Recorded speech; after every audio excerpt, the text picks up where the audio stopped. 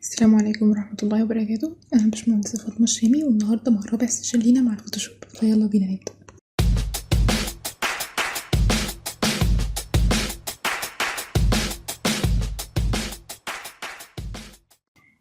سيشن النهاردة زي ما قلنا السيشن الرابعة. هنعمل زي كل مرة ما بنعمل create new، تظهر عندي نفس الويندو، هسميه مثلا أي اسم، يعني هو ليكن FF، والمقاسات زي ما قلنا زي ما نختارها، resolution create تطلع لي الويندو دي. النهاردة هنتكلم عن ايه؟ هنتكلم عن الألوان والتلوين وايه هي التولز اللي بنستخدمها واحنا بنلون. تمام، اول حاجه بنعملها ان احنا بنيجي نعمل سيلكشن حوالين الحاجه اللي احنا عايزين نعمل لها تلوين او نضيف لها التدريجه اللونيه او كل الكلام ده. تمام، يبقى احنا اول حاجه بنعملها بنضيف لاير او بندخل الصوره اللي احنا عايزين نعمل سيلكت منها. وليكن مثلا ان الباك جراوند دي هي الصوره، فاحنا دلوقتي عندنا صورة، دوست القفل عشان افتحها واقدر اتحكم فيها اكتر، وهاجي عند السلكت تول وهبدأ ارسم مثلا مستطيل زي ده. تمام، دلوقتي المستطيل ده انا عملت سيلكشن على اللاير الزيرو اللي هي الباك جراوند بتاعتي، او اللي هي اللاير بتاعت الكاد. تمام، اللي انا عايزة ابدأ اظهر فيها. لما اجي احط اللون او التدريجة اللونية، او لو عايزة احط باترن، ان شاء الله هنتعلم ده بعد كده ازاي بيتعمل، ببدأ ان انا اعمل لاير جديدة. فبعمل لاير جديدة ازاي؟ تاني ايكون من على اليمين زي ما قلنا المرة اللي فاتت، بدوس عليها كده هو اداني لاير جديدة. تمام، يبقى لاير زيرو هي الباك جراوند، اللاير الجديدة هي اللي ابدأ الون عليها. تمام، بنلون منين بقى او بنحط التدريجة اللونية بتاعتنا منين؟ عن طريق البين تول اللي هو او الجردل. دي لاير اللي هي اللي شبه الجردل دي، اول ما ادوس عليها ساعتها بيبقى هي اول ما يبقى الماوس شكله كده هو خلاص هو كده واخد لون. طب اعرف منين اللون اللي هو واخده او اللون اللي هو هيبدأ يلون لي بيه؟ هو اللون اللي تحت اللي هو اللي فوق اللون ده، يعني سواء كان اللي تحت ده بيبقى اسود او ابيض، بس هنا بيبقى اللون اللي فوق ده هو اللون اللي هو الموجود في البليت اللي هبدأ الون بيه. اول بس ما بدوس كليك كده هو لون لي حوالين السلكشن. يبقى اول فايده عملتها من السلكشن ان هو بيعمل لي تحديد حوالين الحاجه اللي انا عايزه الونها. تمام، بعد ما بلون خلاص ده تمام بدوس كنترول دي. تمام، طيب ليه ما لونتش على نفس اللاير الاساسيه الباك جراوند؟ لاني مثلا لو عايزه احرك اللاير دي اللي هي اللاير الموف او المستطيل الموف عشان هي على لاير تانية انا اقدر احركها بسهوله. لو عايزة مثلا امسحها خالص اسحبها واحطها في رسالة المهملات. اما لو كانت كنترول زد عشان ارجع في الامر، اما لو كانت الاتنين متصلين ببعض كان زماني ولا عارفة احركها ولا عارفة اعمل لها ديليت لان هي هتبقى الباك جراوند. ولو عملت كذا خطوة على الباك جراوند وعايزة امسح واحدة منهم، يا اما هرجع في اوامر كتير خالص عن طريق ان انا امسك الهيستوري وارجع بقى تشوف 10 خطوات مثلا عشان لو في غلطة في النص، او اني اعيد المشروع من الاول. فبالتالي بيبقى افضل ان احنا نكون عاملين لاير جديدة. تمام، واحنا كل مره بنعمل فيها سيلكت على حاجه نيجي نقف على اللاير الاساسيه، ولما نيجي نلون او نعمل تدريجه لونيه بنيجي نعمل لاير جديده. تمام، انا دلوقتي عايزه اعمل ايه؟ عايزه اتعلم ازاي بنعمل تدريجه لونيه. اول حاجه الايكون فين؟ الايكون اللي عشان نعمل بيها التدريجه اللونيه. احنا اتعلمنا في اول مره قلنا ان كل التولز اللي عندنا بيبقى فيه تولز تانية مشابهه ليها موجوده في السهم اللي تحت ده اول ما ادوس عليه. فهاجي عند السهم اللي تحت اللي عند الجردل من تحت وادوس كليك كده عليه، رايت كليك هتطلع لي الويندو دي. الويندو دي فيها يعني فيها تو ايكون تانيين غير البين تول اللي هي الجردل اللي احنا عارفينه. فاحنا مش بنستخدم غير اول اتنين بس، تالت واحده دي في 3 دي واحنا مش بنستخدم 3 دي هنا. فاحنا اول حاجه هنستخدمها التدريجه اللونيه هي اول ايكون، فادوس عليها. اول ما يبقى شكل الماوس بلس كده اعرف ان انا كده تمام، كده انا معايا تدريجه لونيه. دايما ناخد بالنا من شكل الماوس ايه او الايكون شكلها ايه، لانه بيبقى الايكون اللي انا مختارها كل واحده او كل تول بيبقى ليها شكل ماوس مختلف. تمام، طب فين برضو التدريجه اللونيه؟ لو ناخد بالنا ان انا اول ما ادوس هنا الموديفاير بار اللي فوق دوت شكله اتغير، بدأ يبقى فيه بقى الحاجات بتاع اللي ليها علاقة بالتدريجة اللونية. أول حاجة عايزة أحدد التدريجة اللونية اللي أنا عايزاها ألوانها إيه، فبدوس على الفوق ده هتطلع لي الويندو دي. الويندو دي بتديني سماحية إن أنا أتحكم في التدريجة اللونية اللي أنا عايزاها. في مرة اللي قبل اللي فاتت قلت لكم إن دول تدريجات لونية موجودين في الفوتوشوب كستاندر. لو عايزة واحدة منهم أختارها لو واحدة منهم عجبانا فاحنا ممكن نختارها ونتعامل بيها. طبعا احنا مش بنعمل كده، يعني لو حاجة عجبانا نشتغل بيها، لو مش عجبانا انا عايزة اعمل كرييت واحدة جديدة فبختار مثلا الاسود في ابيض دي، وابدا ان انا اتحكم في الالوان دي واغيرها. تمام. بنتحكم فيها ازاي؟ عن طريق ان انا بدوس على السهم ده لو عايزة اغير الاسود مثلا، وبتطلع لي الموديفاير بتاعته تحت. لو عايزة اعمله ديليت من هنا، ولو عايزة اغير اللون من هنا، فمجرد ان انا بدوس بس على اللون كده هتطلع لي ويندو تانية بتخليني ان انا اقدر اختار اللون. تمام. بختار اللون على اساس ايه؟ على اساس التدريجة اللي انا عايزة اعملها. اول ما بطلع كده لفوق الالوان بتطلع لي الالوان كلها، او لو هي حتى كانت سودا كده بدوس على الاتش بتطلع لي الالوان. ساعتها اقدر اختار اي لون انا عايزاه، يبقى مجرد ما ادوس على الاتش تطلع لي كل الالوان اللي عندي. وليكن مثلا تعالي نستخدم اللون الموف، عايزه مثلا درجات الغامقه من الموف، ادوس على البي وابدا اغمق في اللون. تمام. كده انا عملت اول واحده خلاص عجباني، ادوس اوكي. كده التدريجه مثلا موف ابيض، انا لو عايزه اكبر شويه، او بتنجاني في ابيض عايزه اكبر كده شويه الابيض، اصغر الابيض عشان اكبر اللون الموف. تمام. لو عايزه مثلا احط درجه تانية من هنا في النص، هنا هحط درجه تانية، ادوس بس كليك كده، دوس كليك كده هو هيطلع لي السهم التاني. طبعا هما نفس اللون، عايزه اغير ده ادوس كده على اللون، باجي من هنا افتح شويه عشان اعمل تدريجه مثلا. تمام. شايفين المنظر؟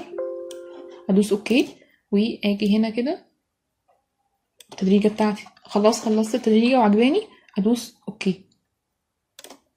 عملت التدريجة بتاعتي. انا واقفة على اللاير الاولانية بتاعتي الاساسية، عايزة اعمل ايه؟ عايزة اعمل سيلكشن لحاجة عشان اعمل لها تدريج. كده هعمل الايه سيلكشن كده، وعايزة اعمل التدريجة بتاعتي هنا. اول حاجة هعملها ان انا ابدأ احط اللون. هل اعمل التدريجة بتاعتي على طول؟ هل اعمل كده؟ سوري. هل مثلا امسك التدريجة بتاعتي كده واعمل التدريجة كده؟ غلط. ليه؟ لان احنا واقفين على اللاير الغلط. بدوس كنترول زد واعمل لاير الاول جديده، واتاكد ان انا واقفه على اللاير الجديده. ايوه. ابدا بقى ساعتها اعمل تدريجه. بنعمل تدريجه ازاي؟ بدوس كليك واسحب لتحت، او كليك من هنا واسحب معوج كده، او كده، على حسب انا عايزه شكل التدريجه عامل ازاي. تمام. النقطه الاولانيه اللي بعملها هي النقطه الغامقه، ده لاني عامله التدريجه بتاعتي من الشمال اليمين. لو انا عكسه خليها الغامق هنا فبيبقى النقطه الاولانيه هي الفاتحه. طبعا ده بيختلف عن طريق كل مره انا عامله ايه، بس خلينا مثلا التدريجه اهيت شكلها كده. تمام. طب انا لو مش عاجبني الشكل ده وعايزه اشكال تانية، طبعا فوتوشوب بيدينا موديفاير كتير، في بقى فوق هنا خمس ايكونز. بقدر ان انا اتحكم فيهم. اول ايكون اللي هي اللي احنا الستاندرد بتاعنا، اللي هو لو التدريجه بخط كده. تاني واحده لو التدريجه على شكل دايره، اكنها دايره والتدريجه بتوسع بيها، يعني النقطه الاولانيه غامقه وبيروح على مفيش. في الايكون التالتة لو الشكل عامل زي كأنه مخروطي، الحاجه بتلف كده. الايكون الرابعه لو في مستطيل، اكنه في خط مستطيل كده في النص. الايكون الاخيره اكنه في مثلا حاجه ببص لها امبلان او ستار كده بتبين. طبعا على مكان الكليك بيبان فيها. ايه الايكونز اللي احنا بنستخدمها هنا؟ اول تو ايكونز، الاولى والتانية. بنستخدم الاولى في شغلنا في عماره، والتانية معظم الوقت اللي هي الدايره بنستخدمها في جزء الجرافيك. طبعا ده مش ستاندر، الكلام اللي بقوله بيختلف من شخص للتاني على حسب كل واحد فينا دماغه ايه، بس ده عن تجربتي الشخصيه في الموضوع. تمام. كده احنا عرفنا التدريجه الاولانيه ازاي بنعملها، وعرفنا ازاي اقدر اتحكم فيها. تمام. لو هي الشكل ده، عايزه بقى اعمل ايه؟ عايزه ادوس كنترول، عايزه امسح اللاير دي كلها عشان عايزه اعمل حاجه جديده همسحها، وهدوس كنترول دي عشان الغي السلكشن اساسا. انا واقفه عند اللاير الاولانيه. تمام. عايزه اميز لكم ما بين حاجتين. اول حاجه ان انا هعمل هنا واحد مستطيل اهوت، وهاجي عند اللاير اعمل لاير جديده، وهاجي عند التدريجه اللونيه وابدا ادرج جوه المستطيل ده وليكن كده. تمام. عجباني جدا. تمام تمام. كنترول دي الغي السلكشن. عجباني التدريجه سبتها. هرجع تاني اقف عند اللاير التانية اللي هي الاساسيه بتاعتنا، وارجع اعمل برضو مستطيل تاني، مستطيل تاني جنبه، يعني وليكن اي مقاس مش هتفرق، واعمل لاير جديده، وامسك التدريجه اللونيه بتاعتي موديفاي وابدا بدرج كده. عايزاكم تاخدوا بالكم بقى من حاجه، ان هو بيعامل المستطيلين على انهم مستطيل واحد، على انهم شكل واحد، لان هما الاتنين سيلكت في نفس الوقت، هما الاتنين على نفس اللاير. فبالتالي وانا بعمل التدريجه اللونيه هتلاقي في حته واخده غامقه وحته، مهما عملت حتى لو طلعت من فوق لتحت شايف الاتنين غامق غامق، بس فين التدريجه؟ اكني لونتهم بالبك، ما فرقتش حاجه. فانا لو عايزه اعمل تدريجه بنعمل سيلكت على حاجه واحده بس. يعني مثلا لو عندي 3 شبابيك وعايزه اعمل فيهم تدريجه على الازاز، لا، يبقى كده لازم كل واحد فيهم اعمل له يعني السلكت بتاع التدريجة مرة واحدة، وساعتها ممكن مثلا اعمل كوبي لللاير بقى وحاجات تانية ان شاء الله هنتعرض لها لو عايزة انجز في الوقت. بس لو عايزة اعمل تدريجة زي ما انتوا شايفين، التدريجة عمرها ما هتظبط، واحد هياخد حتة غامقة وواحد هياخد حتة فاتحة، لكن اللي فوق ليه ظبط لانه هو كان سلكت على مستطيل واحد لوحده. تمام، فدي برضو حتة كنت عايزاكم تاخدوا بالكم منها. طبعا انا هنا عايزة امسح اللاير، يس، وادوس كنترول دي عشان الغي السلكشن. كده احنا اتعلمنا ازاي نعمل تدريجة لونية، واتعلمنا ازاي لو عندي مثلا مستطيلين وعايزه اعمل لهم تدريجه لونيه، ما ينفعش، لازم جزء كل واحد بعمله سيلكشن بعمله تدريجه لونيه. تمام. انا لو عندي صوره وعجباني الوانها جدا وعايزه انفذ نفس التدريجه اللونيه دي، او نفس، مش شرط نفس التدريجه اللونيه، بس نفس الكونتراست ما بين الكذا لون دول، عايزه استخدمه في نفس المشروع بتاعي او نفس البوستر بتاعي او نفس اي حاجه انا بصممها في الوقت الحالي على الفوتوشوب، وعايزه اخد الالوان. بناخد اللون من الصوره ازاي؟ عن طريق اداه هنا اسمها الماستر.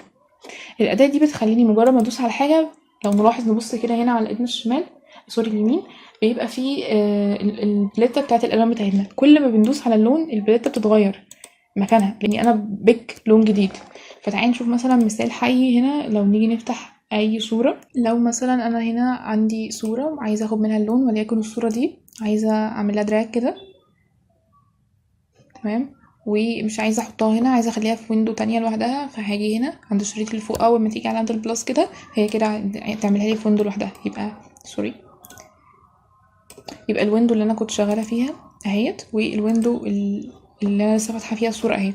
انا مثلا عاجبني اللون الموف ده، او اللون الوردي بتاع الورده، عجباني الدرجه دي جدا وعايزه استخدمها في مشروع مثلا، فاعمل بيك عليها كده، هي كده خلاص سحب اللون.